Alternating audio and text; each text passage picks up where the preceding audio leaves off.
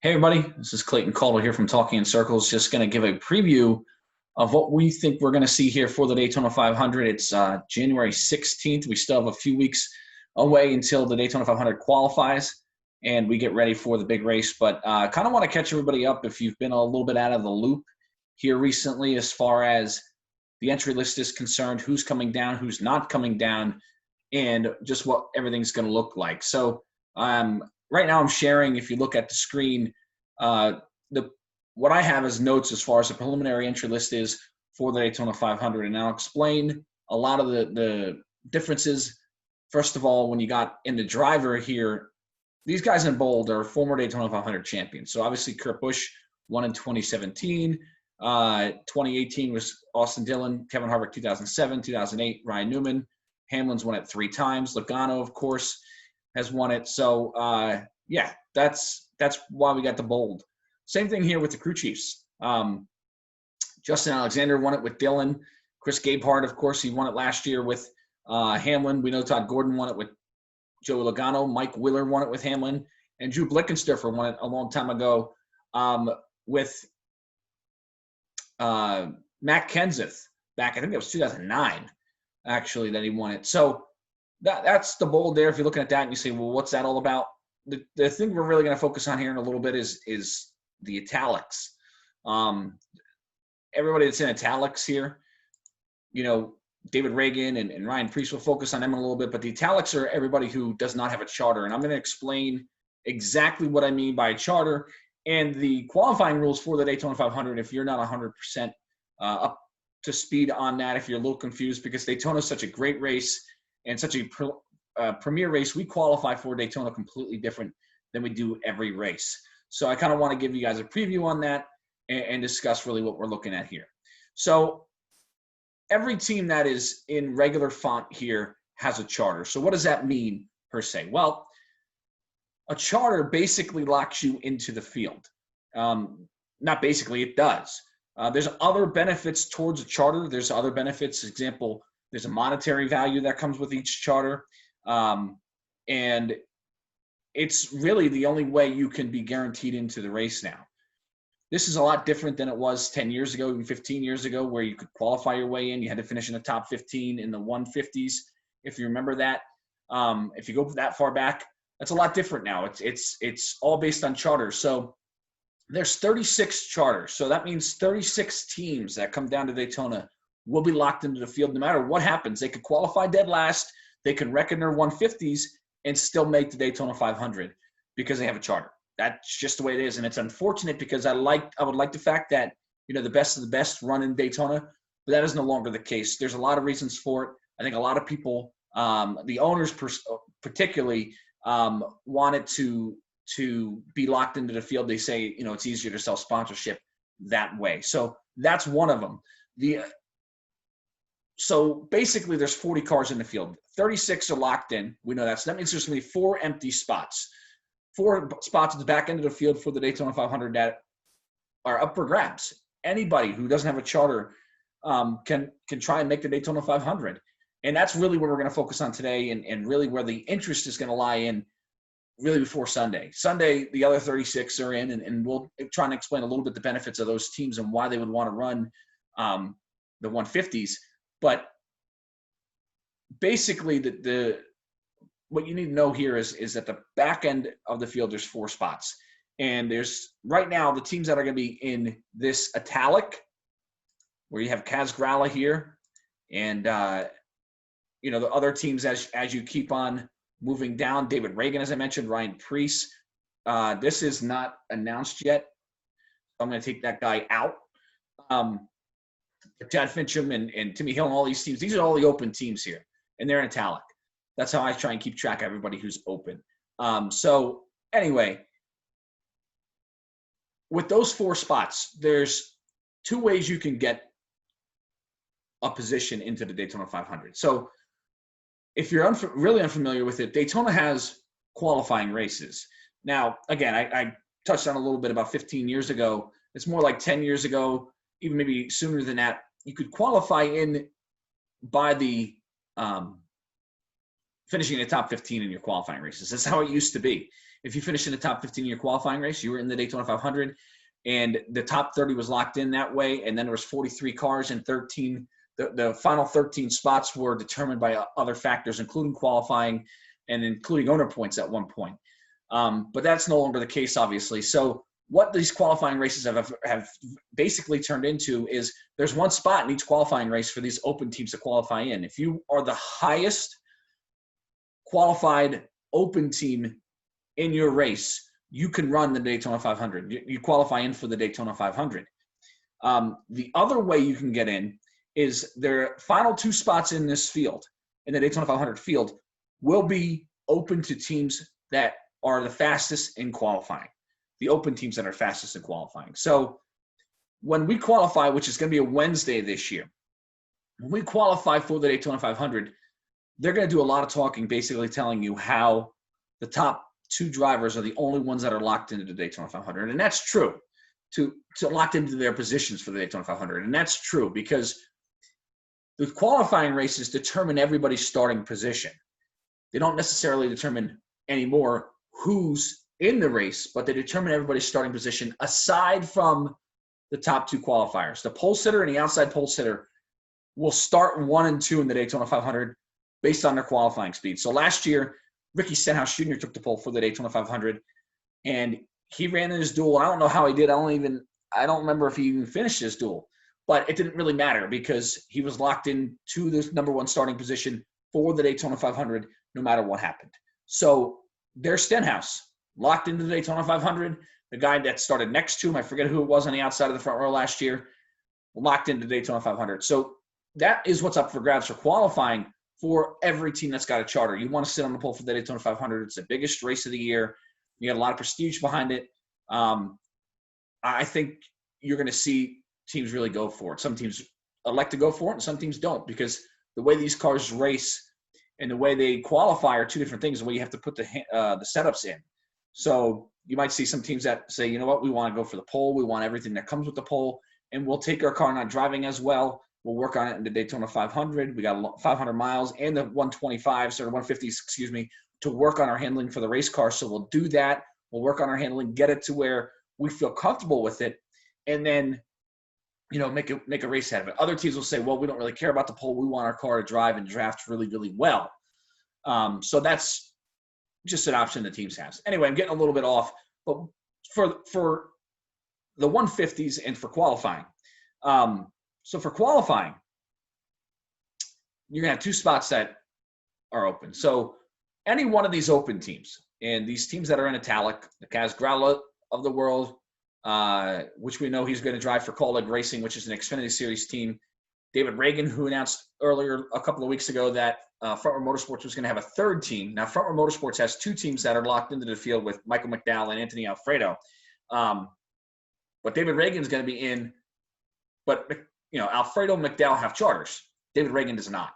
So that's why he's not. David Reagan's probably going to only run a Daytona 500 this year. He might do other races, but he's not running a full-time schedule, so they don't really need a charter. Ryan Preece is the interesting one because Ryan Preece is a full-time driver. And I mentioned Ricky Stenhouse Jr. last year. Stenhouse is his teammate. If you look here, Ricky Stenhouse Jr. is number 47 in his Chevrolet, JTD Daughtery. And if you're interested and you don't know NASCAR much and you're just watching this video, as just you happen to stumble upon this video, that Daughtery is Brad Daughtery, the NBA basketball player. He partially owns that team there with Jody and Tad Geschecter. That's JTG. So if you're curious and that name's kind of rung a bell, that's who that is. But anyway, they're in a similar situation like Front Row Motorsports. Right now, JTG does not have a charter for their number 37 car, which is strange because last year it did a weird thing that happened, which never really happens with a charter, where one of the owners of that charter basically pulled that charter and went to a different organization with it, which was the number 77 car at Spire Motorsports. We don't know who's driving that car yet. That's why you see some of these teams here. And these are potential guys. Money Team really hasn't been announced yet. So don't pay too much attention to that. The Money Team would be another one that would be open. So let me put them there. If they did come down, there's talk they might merge with Spire Motorsports here in that 77. So I probably should just put them down here. But So yeah, it makes me feel a little better. So, but yeah, so they're in a similar situation because Ricky Stenhouse Jr. has a charter. He's locked into Daytona 500. No matter what happens on his qualifying on Wednesday or in the 150s on Thursday, he could crash and go to a backup car. Well, he's still going to be in the Daytona 500, but he's not going to be in his position where he starts, even if because you go to a backup, you got to go to the back of the field. But anyway, he could run dead last as long as he doesn't crash and go to a backup car and uses the car he ran in the 125s. He's going to make the Daytona 500. He's going to make the Daytona 500 no matter what. But his teammate Ryan Preece doesn't. So Preece needs to qualify in on his time. He's very interesting because he's a full-time driver. And again, he had a charter last year. He's running full-time this year. At least it was announced they're going to run full-time. And Stenhouse took the pole last year. And one of their sponsors, Kroger, and that's part of the reason why Stenhouse took the pole. Kroger for Stenhouse last year was the qualifying sponsor at Daytona. When they were at Daytona, it was Kroger qualifying day or something to that nature, what was sponsored. So they wanted to put the Kroger car on the pole in the Daytona 500. It made a lot of sense. Well, this year, Preece has to qualify in on his time. So don't be surprised. That's a Hendrick Motorsports engines. And if you know anything about NASCAR, Hendrick Motorsports has been very, very good in Daytona the last decade or so as far as qualifying is concerned. They also get some information from that team as well. But their engine program is going to be very, very strong.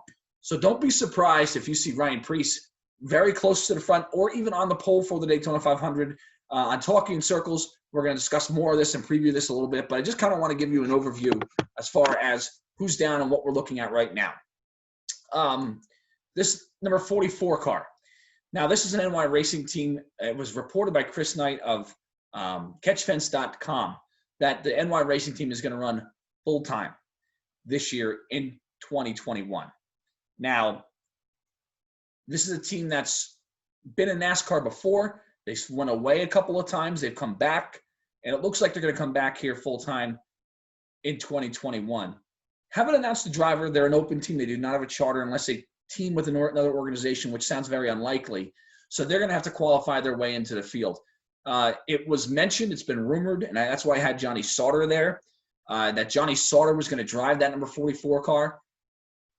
I'm not sure that's the case 100%. I've been hearing some things that might not be the case. So we're just going to better off leaving that blank than putting Sauter. I just hadn't updated it in a couple of weeks.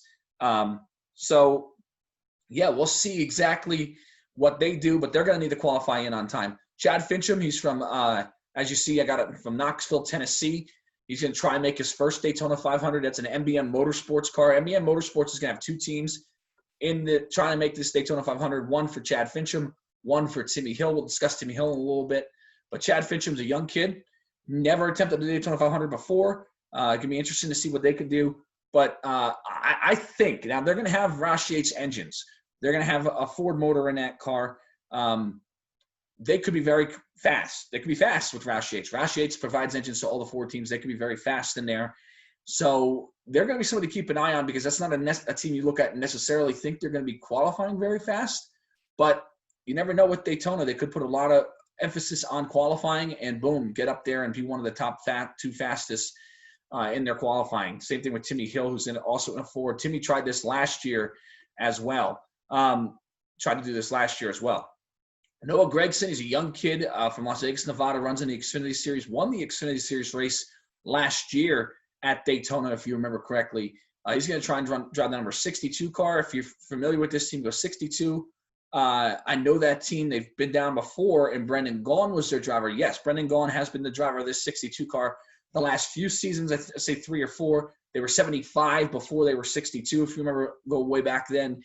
That's a Beard Motorsports entry. They have a Richard Childress Racing engine in that car. And Gregson is going to be driving that car. Noah Gregson from the Beard Motorsports team. But Gaughan's retired. He basically said he didn't really want to do it here in 2021. I think it was more to do with the anticipation of a new race car.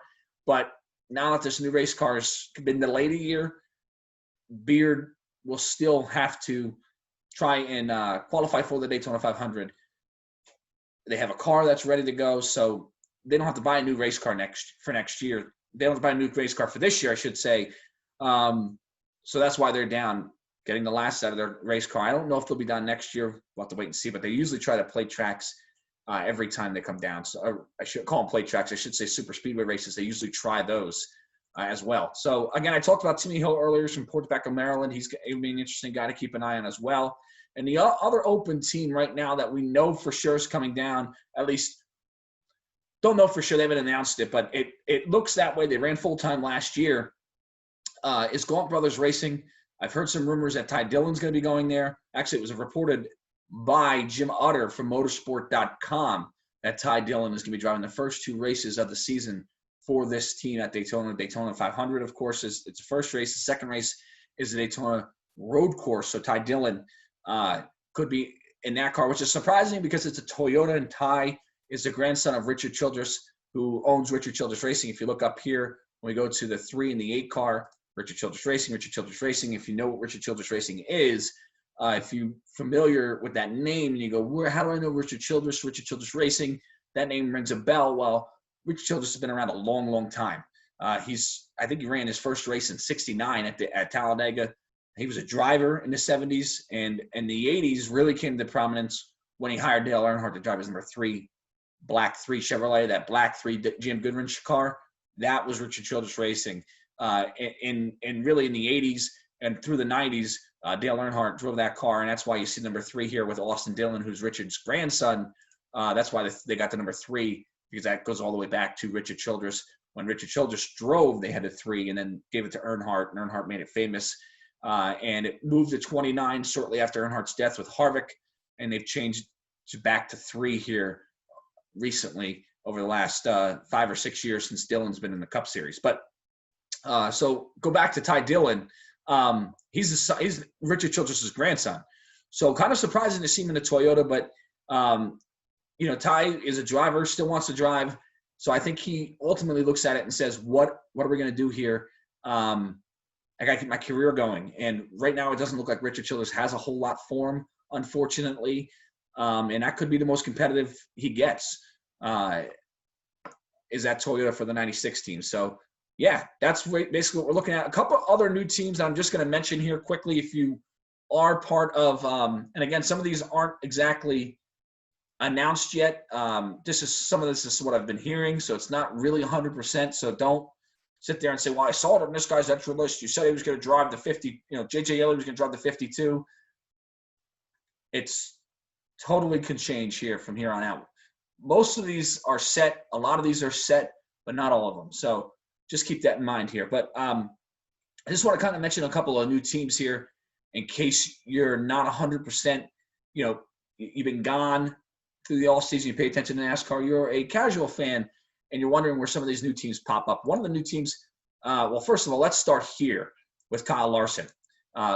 Larson, obviously, if you're under a rock last year, suspended from NASCAR, has been reinstated, completed a sensitivity training for what happened last year. He's going to be in he's going to be in Rick Hendrick's number 5 Chevrolet with Cliff Daniels as the crew chief. That team sort of is what the 48 team was. They're going to have number 5 on their car, but it was what the 48 team was. It's basically the 48 team members. They basically just picked them up. They didn't even pick them up. They just basically kept them where they were.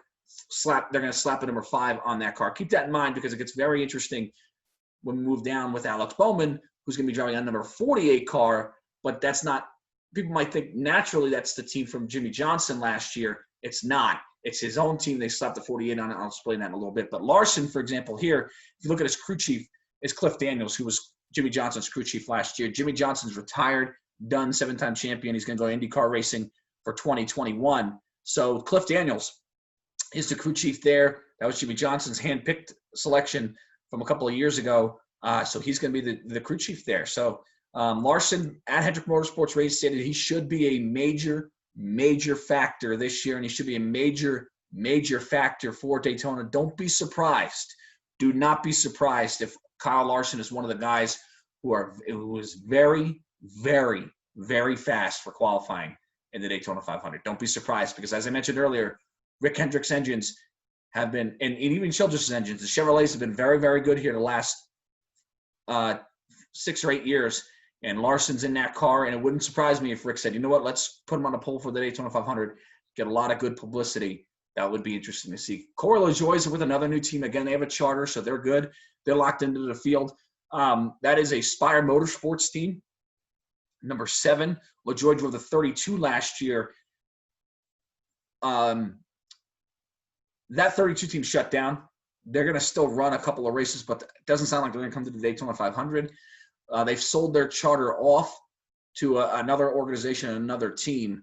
We'll explain that a little bit when we get a little bit later, when they sold it to the number 78 team, which is going to be BJ McLeod's going to be the driver for the Daytona 500. So really throughout the year, he's part owner of that team, but I'll explain that in a little bit. But basically, LaJoy's team from last year sold their charter to the 78 car. But Corey's in a good ride. They're going to have some Hendrick engines.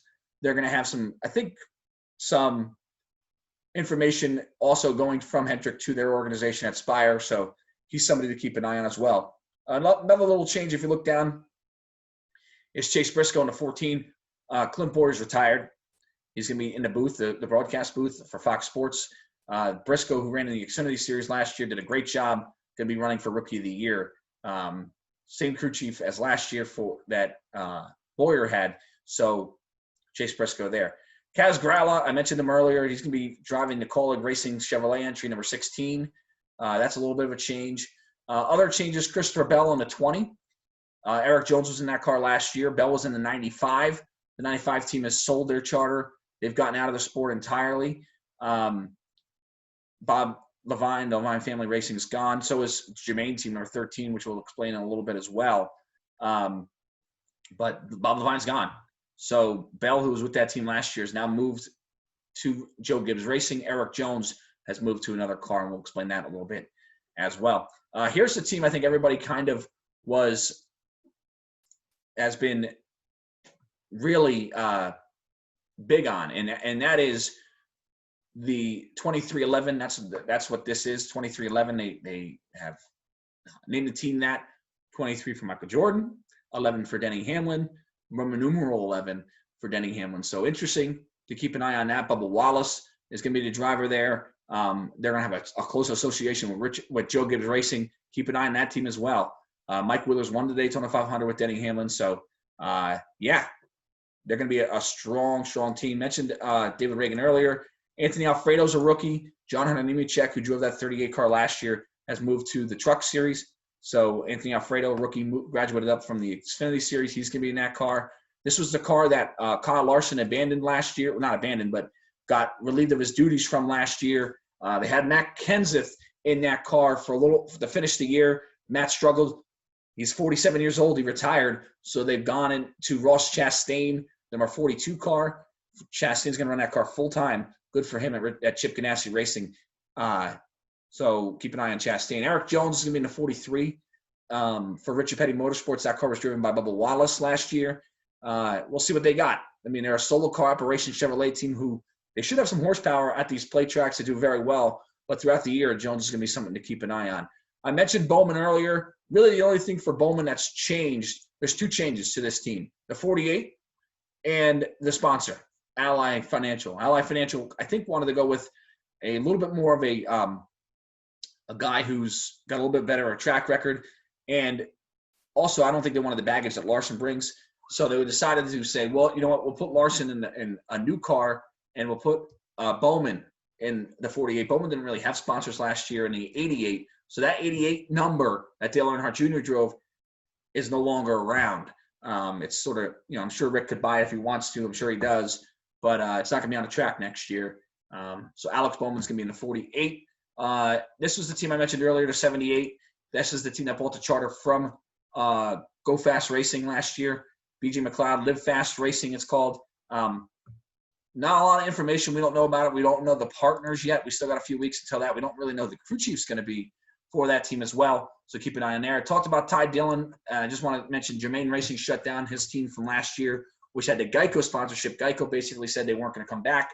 Jermaine Racing said, well, if we can't find sponsor, we're not going to race. So they've sold their charter. I think they sold their charter to the 23 car.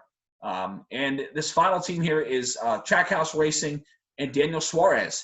Suarez last year, if you remember, drove this 96 car for Gaunt Brothers Racing. They actually missed the Daytona 500 last year.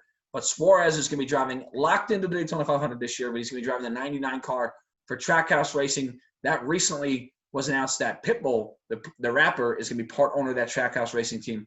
And the other owner of that team is Justin Marks. If you're familiar with racing, Justin Marks has been a driver here the last decade or so in NASCAR. He's part owner of that team as well. So Daniel Suarez going to be locked into Daytona 500. That's a lot of the changes. We'll try and keep you updated. If you like what you saw, you like what you heard today with me, with Clayton Caldwell, I host a podcast. It's called Talking in Circles. Like us on Facebook, like us on Twitter.